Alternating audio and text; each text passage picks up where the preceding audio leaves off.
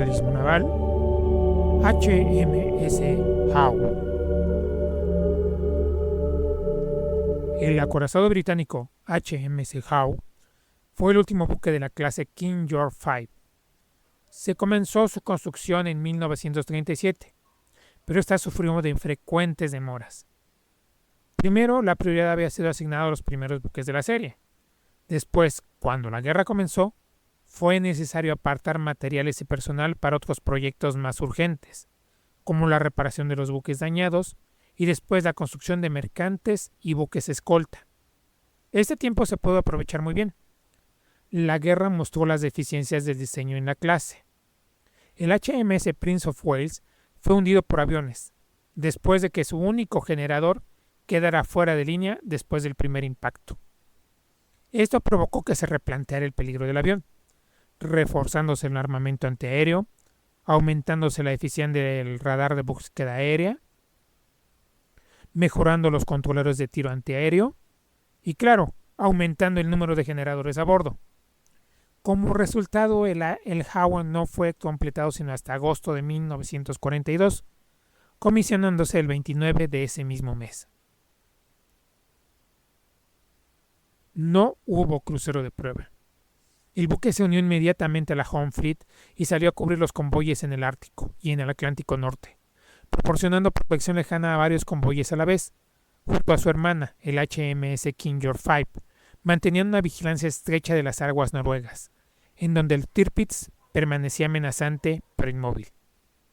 Cuando las operaciones del Mediterráneo llegaron a su culminación después de la derrota alemana en Túnez, se decidió enviarlos como refuerzos a la flota H para participar en la operación Husky, la invasión de Sicilia.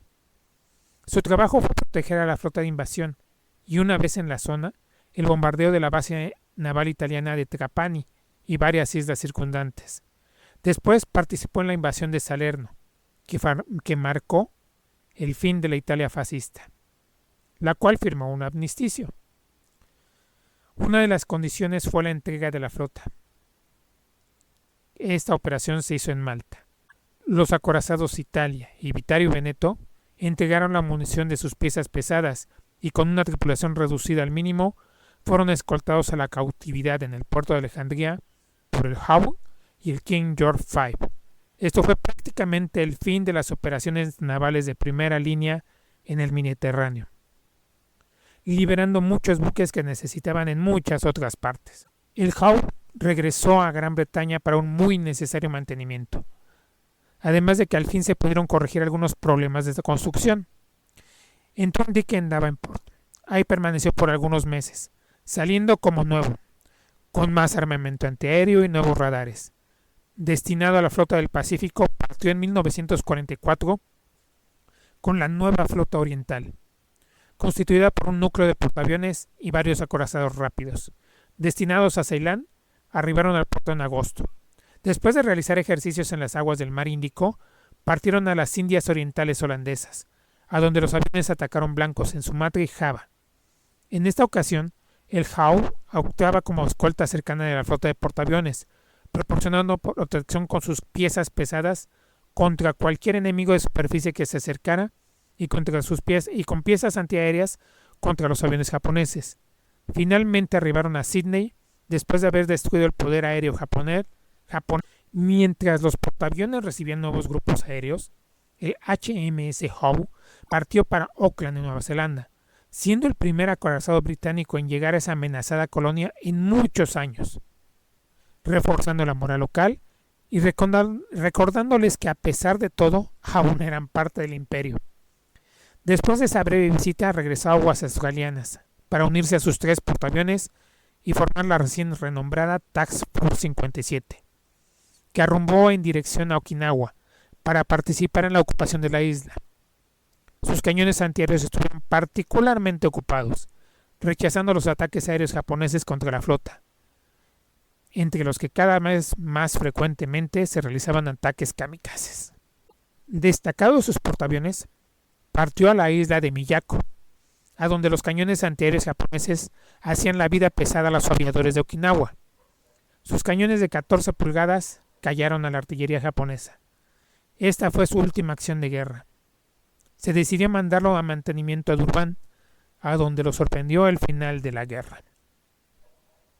Permaneció en el Índico hasta 1946, hasta que la situación en la zona se estabilizó.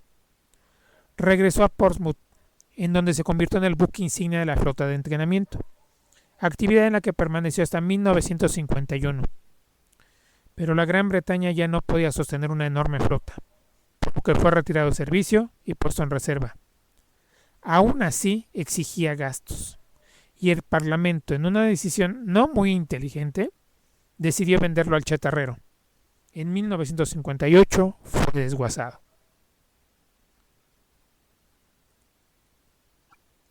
Modelismo. HMS Duke of York, Lindbergh Tecomisa.